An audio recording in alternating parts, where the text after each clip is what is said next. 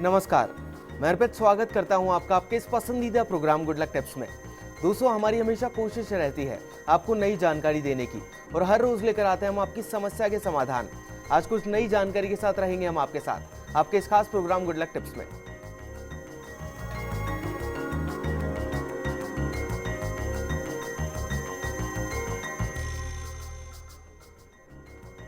दर्शकों, पिछले एपिसोड में हमने पूर्व और उत्तर दिशा की बात की।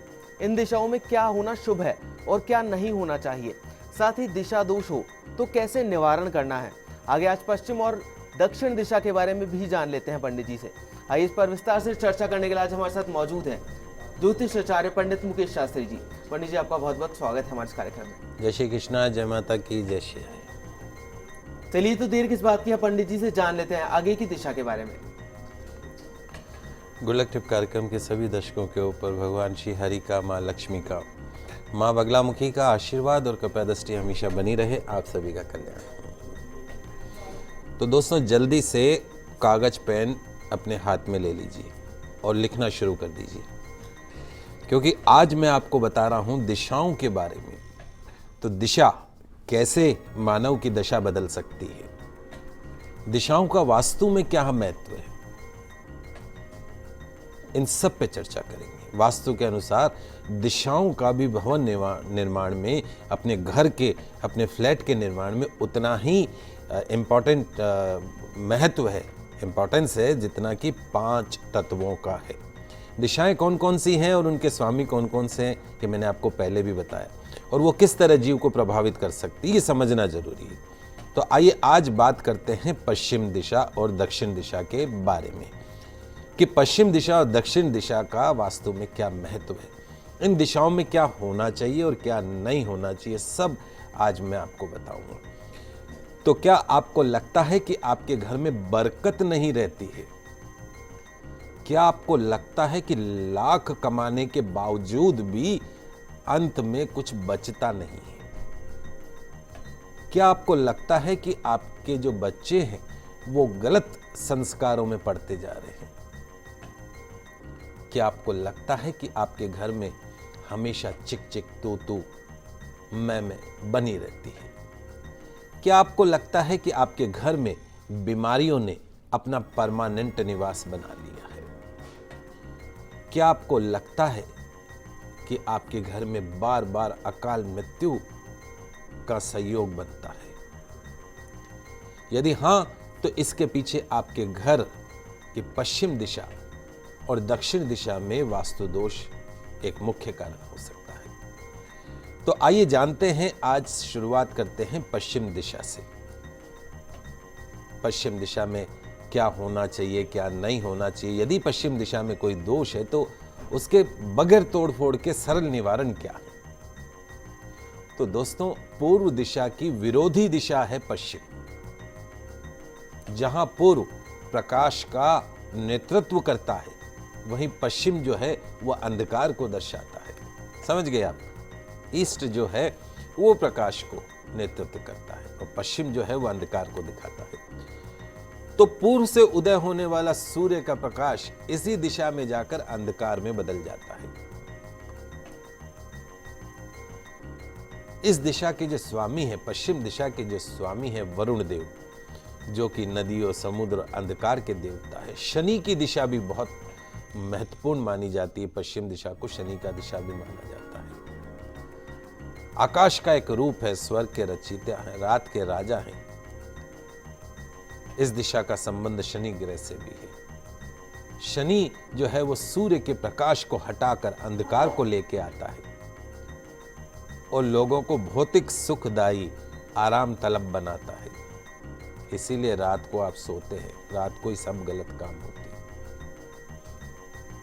शनि के कारण।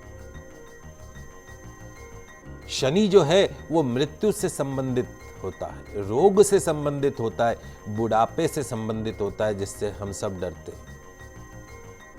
त्वचा, स्किन डिजीज से भी संबंध रखता है। तो घर में शनि का दोष है, पश्चिम दिशा का दोष है, तो इन सब का आपको सामना करना पड़ता है।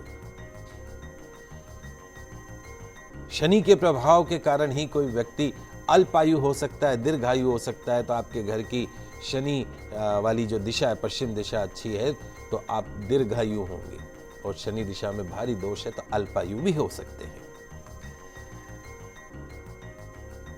पश्चिम दिशा में दोष होने के कारण डिप्रेशन, शक्ति में कमी, इमोशनलेस, इस तरह के कारण भी बन सकते हैं। भगवान शनि को काले रंग से दर्शाया जाता है, तामसिक स्वभाव के हैं, बढ़ती उम्र से भी संबंध रखते हैं। तो यदि आपके घर की पश्चिम दिशा बहुत ज्यादा खुली हो, ओपन हो, हल्की हो, वजन नहीं हो, तो घर में रहने वाले जो सदस्य हैं उनको शारीरिक, मानसिक, आर्थिक नाना प्रकार की समस्याएं बनी रहती हैं। क्योंकि यह दिशा शनिदेव और वरुण देव की दिशा है और सूर्य देव यहां अस्त होते हैं, तो जिस अवस्था में सूर्य से सबसे ज्यादा नेगेटिव एनर्जी उत्सर्जित होती है, जब सूर्य अस्त होता है तो वो अपनी नकारात्मक ऊर्जा को उत्सर्जित करता है, बाहर फेंकता है।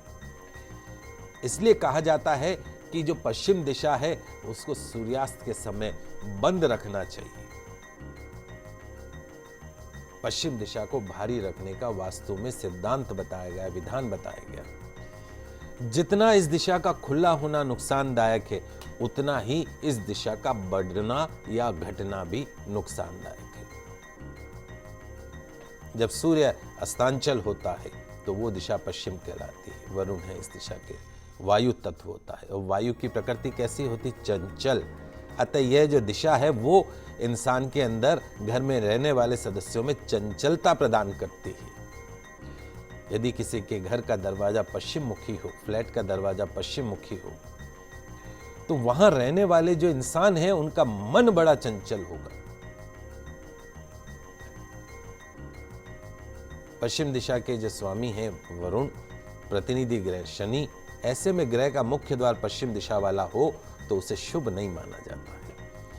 इस कारण से उस घर के जो स्वामी है, लैंड ऑनर है, मालिक है, मकान मालिक है, उनकी आमदनी जो है वो ठीक नहीं होती, गुप्त बीमारियों का सामना करना पड़ता है।